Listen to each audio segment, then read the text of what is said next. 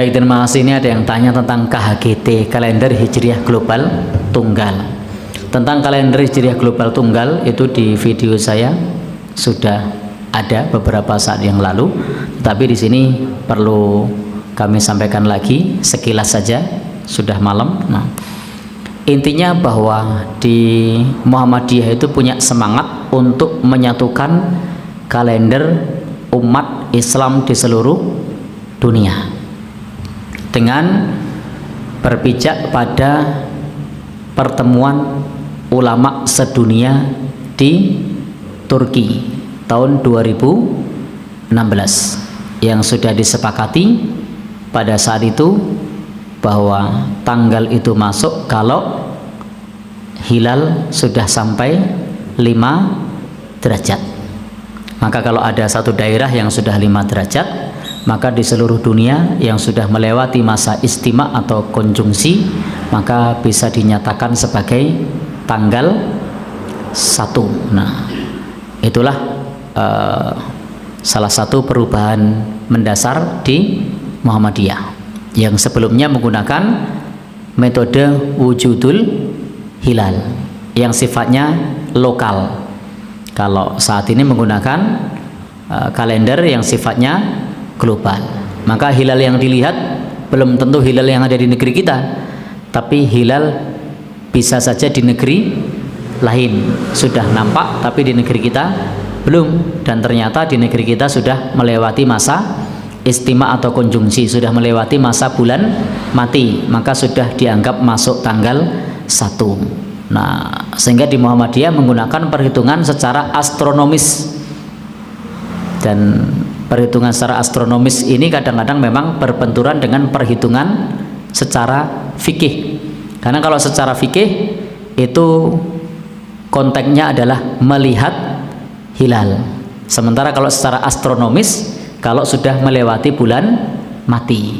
Maka dalam situasi seperti ini hendaknya kita berlapang dada, tidak perlu memperuncing perbedaan, tidak perlu dijadikan sebagai ajang olok-olokan. Intinya apa? Pijakannya adalah secara astronomis, bahwa setelah melewati masa bulan mati maka bisa masuk tanggal 1. Apalagi dalam perhitungan tersebut memang ada di belahan dunia lain yang sudah mencapai 5 derajat, maka di seluruh dunia kalendernya sudah masuk tanggal 1. Sementara kalau menggunakan pendekatan fikih atau pendekatan ru'yat, maka nunggu hilalnya terlihat, dan ru'yat pun nanti beda-beda. Ru'yat pun juga pakai astronomis, ada yang imkanu ru'yat, setelah dihitung pada saat perhitungan tersebut dilihat mungkin apa tidak. Kalau mungkin dilihat maka baru masuk tanggal 1. Maka ada imkanu ru'yat berapa? 3 derajat. Nah, maka imkanu ru'yat itu juga astronomis, karena dia dihitung bukan dengan cara melihat hilal. Kalau yang melihat hilal itu namanya ru'yatul hilal. Yang benar-benar mempraktekkan ru'yatul hilal itu di Saudi. Kalau ada orang yang sudah disumpah dan bersaksi melihat hilal meskipun hanya 1 orang, kesaksiannya diterima. Sementara kalau di negeri ini pemerintah memberikan kebebasan kepada umat Islam untuk mengikuti sesuai dengan yang diyakini. Maka hendaknya perbedaan semacam ini membuat kita semakin bertambah dewasa dalam menyikapi perbedaan. Allah alam besok. Khilaf, kadang-kadang orang angen-angen khilaf itu nggak mungkin enggak. Ya sama seperti NU dan Muhammadiyah selalu khilaf awal Ramadan. Itu memang nggak bisa nggak khilaf. Misalnya begini, tak beri contoh ya. Karena kadang yang khilaf juga nggak pernah belajar. Lucu kan? Tak beri contoh ya. 2001 itu abad keberapa tuh? Di tahun 2001. Abad 21 abad 20? Abad 21. Jadi meskipun terpaut 1 tahun, padahal abad itu 100. Nah, pikirannya orang-orang Muhammadiyah seperti itu. hilal kalau sudah melewati garis ufuk, meskipun setengah derajat atau 1 derajat itu sudah ikut bulan berikutnya. Sehingga ya sudah, meskipun sekian derajat sudah dianggap Ramadan. Nah, pikirannya orang NU enggak. Harus ru'yah bil fi'li. Itu sebetulnya lagi-lagi sebenarnya enggak masalah NU dan Muhammadiyah, itu di kitab-kitab ya seperti itu. Kita ini enggak biasa goblok ya. Artinya kita tahunya, kita yang keluarga kiai tahunya kunut mazhab Hanafi, enggak kunut mazhab Syafi'i. Tapi tahu-tahu ini mazhab NU, ini mazhab itu aneh itu menurut kita. Kita ini anggap apa?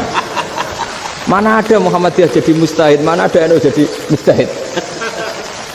Jadi sebetulnya orang tahu semua lah kalau Abu Hanifah tidak kunut, Imam Syafi'i itu kunut. Imam Syafi'i pernah main di masjidnya Abu Hanifah ya tidak kunut, ditanya kenapa tidak kunut, jenengan itu presiden kunut, tidak sanggup mati Abu Hanifah, dulu dia biasa aja. Sekarang geger ya karena tidak punya kegiatan. Sebenarnya itu nggak masalah, mulai dulu biasa. Saya teruskan.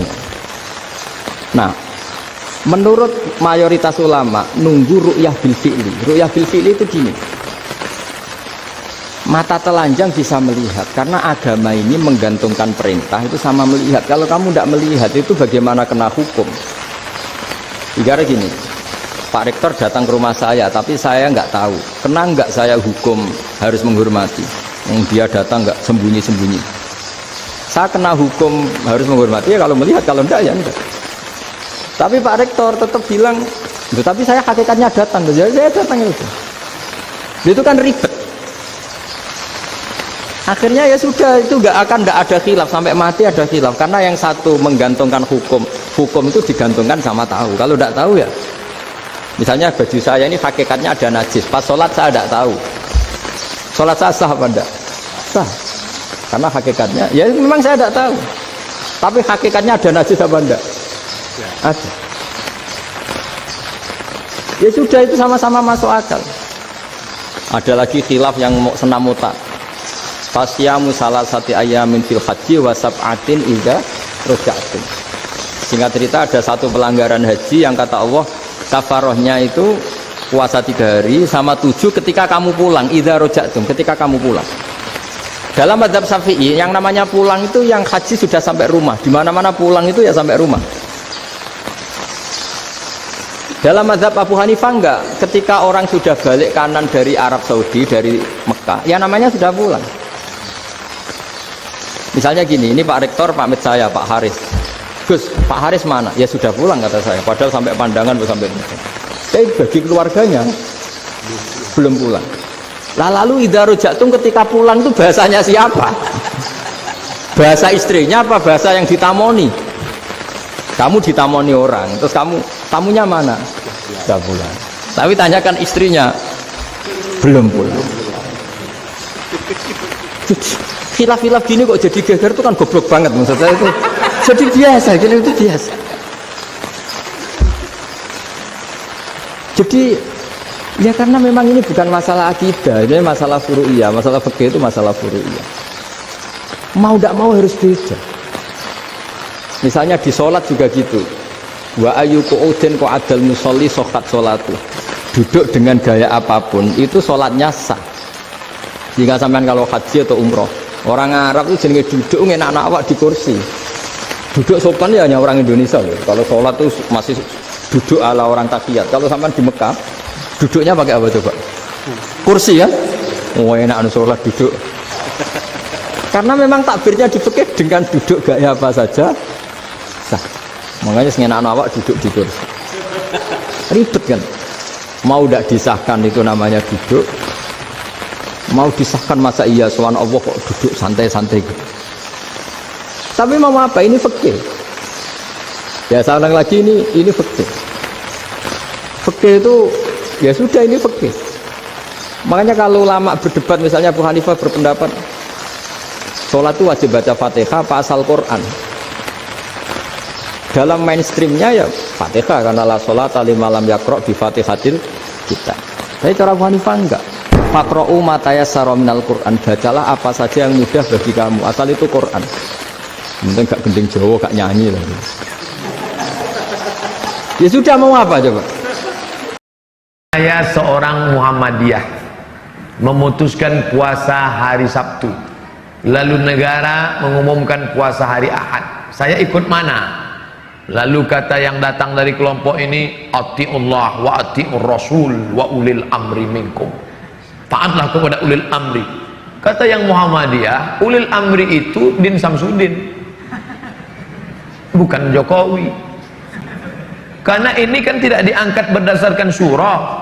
Coba tengok tafsirnya. Ulil amri itu ulama, bukan pemimpin. Ini demokrasi, kata dia. Kata yang satu lagi, kamu kalau nggak mau ikut presiden, bakar aja KTP-mu, bakar aja SIM, pergi tinggal ke hutan sana. Akhirnya kelailah. Kenapa pertentangan ini terjadi? Karena sidang isbatnya diekspos. Akhirnya 2 tahun belakangan ini muncul ide, jangan lagi sidang isbat itu diekspos sehingga semua nonton. Sidang isbat di ruang tertutup, mau kelahi antara NU sama Muhammadiyah, kelahi di ruang tertutup itu, tapi suara yang keluar tetap satu. Itu yang terjadi di Mesir, antara hisab, ilmu astronomi, dengan ru'yah yang pakai itu dikombinasikan.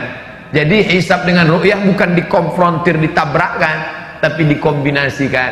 Maka yang mestinya keluar itu satu suara. Sudah terwujud 2 tahun ini bisa satu suara, karena waktu itu sidang isbatnya tertutup, nanti yang keluar adalah langsung satu kata. Dengan ini kami semua ormas sepakat bahwa besok adalah 1 Ramadan. Walaupun bisik-bisik di dalam katanya ini mereka Ustadz seperti arisan, untuk tahun ini Muhammadiyah, untuk tahun depan NU. Wallahu alam, betul atau tidak, tapi yang jelas mampu mempersatukan. Andai ini terjadi, satu, amat sangat baik, bagus, positif.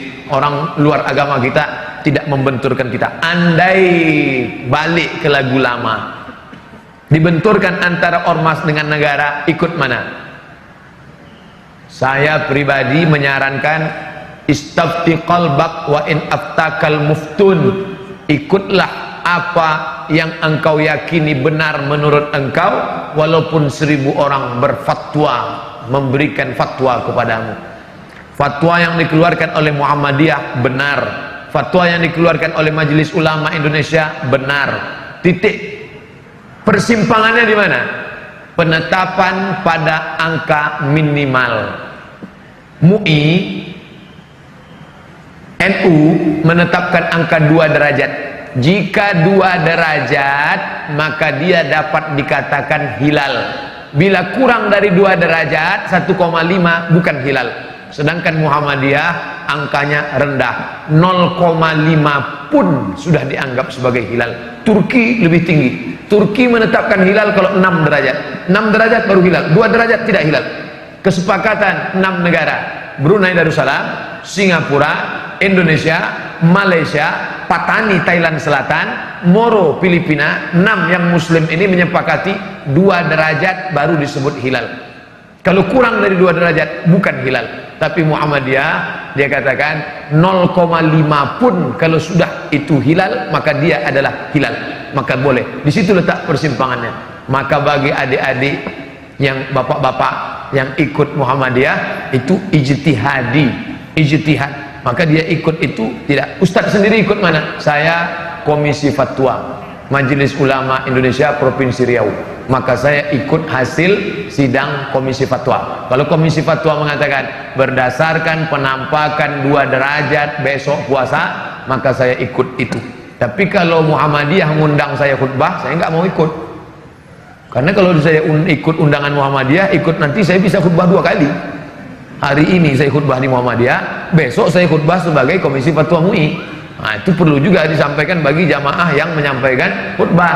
Ikuti salah satu, jangan ikut dua-duanya. Menentukan awal Ramadan sebelum melihat hilal. Ini pertanyaan sering ditanyakan.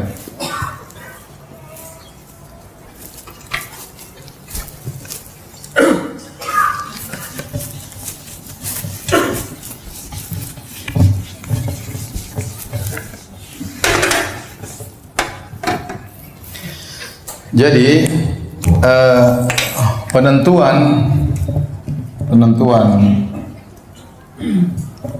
awal bulan ya secara umum dilakukan oleh orang-orang ada 2 metode.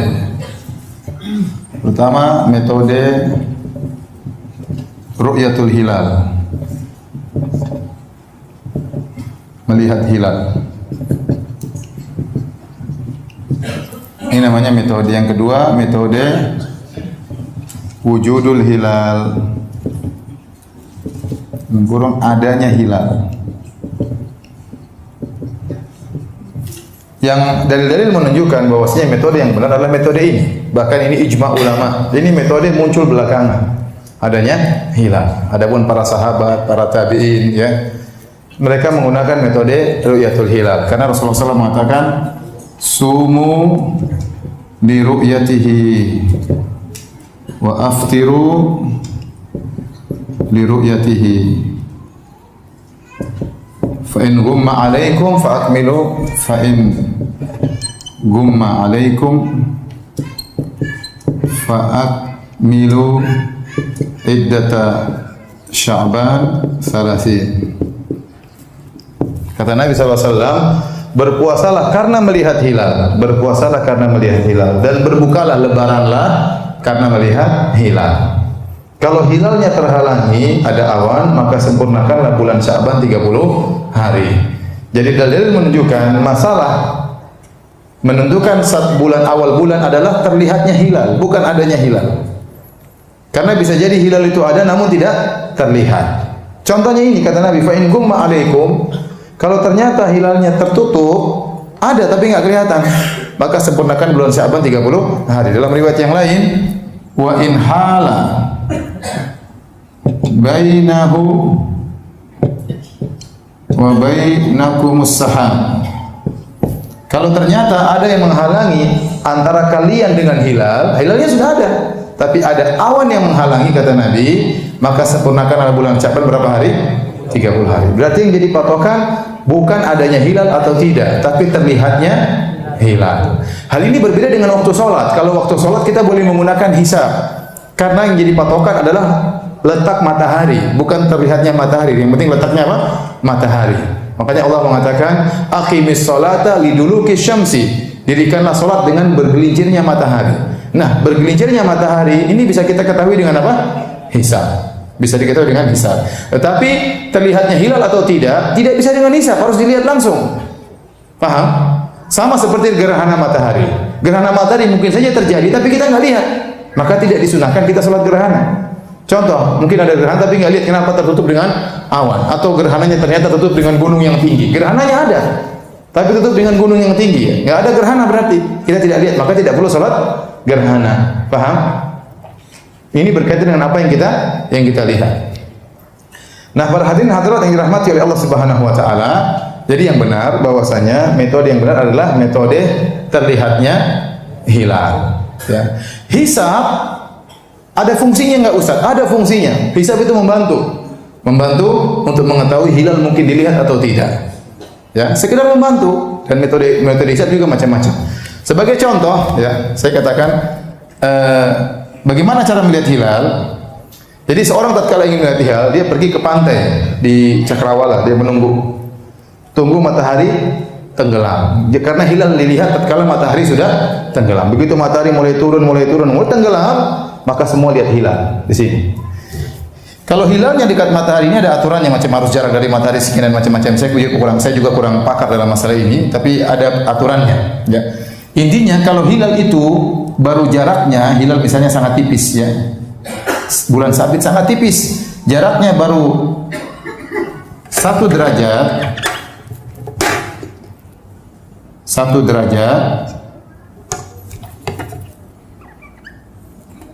Hilalnya menurut hisab, hilal ini akan muncul 1 derajat begitu matahari tenggelam, hilalnya muncul, ini hilalnya kecil ini 1 derajat di atas Cakrawala. Ini berarti apa? Berarti hilal ini hanya 4 menit di Cakrawala, kemudian dia turun ke bawah. Kemudian dia hilang, paham? Dia hanya berada di Cakrawala cuma 1 derajat 4 menit, kalau 2 derajat 8 menit, paham? Nah, kalau ternyata dia berumur baru 1 derajat, berarti hilalnya sangat tipis, bulannya sangat tipis, sabitnya sangat tipis, dan dia cuma sebentar. Untuk melihatnya nggak mungkin. Kenapa? Karena cahaya matahari yang baru tenggelam masih kuat, masih ada cahaya matahari di sini, sehingga menutupi hilal tersebut nggak mungkin kelihatan. Demikian juga halnya kalau hilalnya sudah naik sedikit di sini, hilalnya sudah agak besar misalnya, sudah agak besar di sini, 2 derajat. Ini pun susah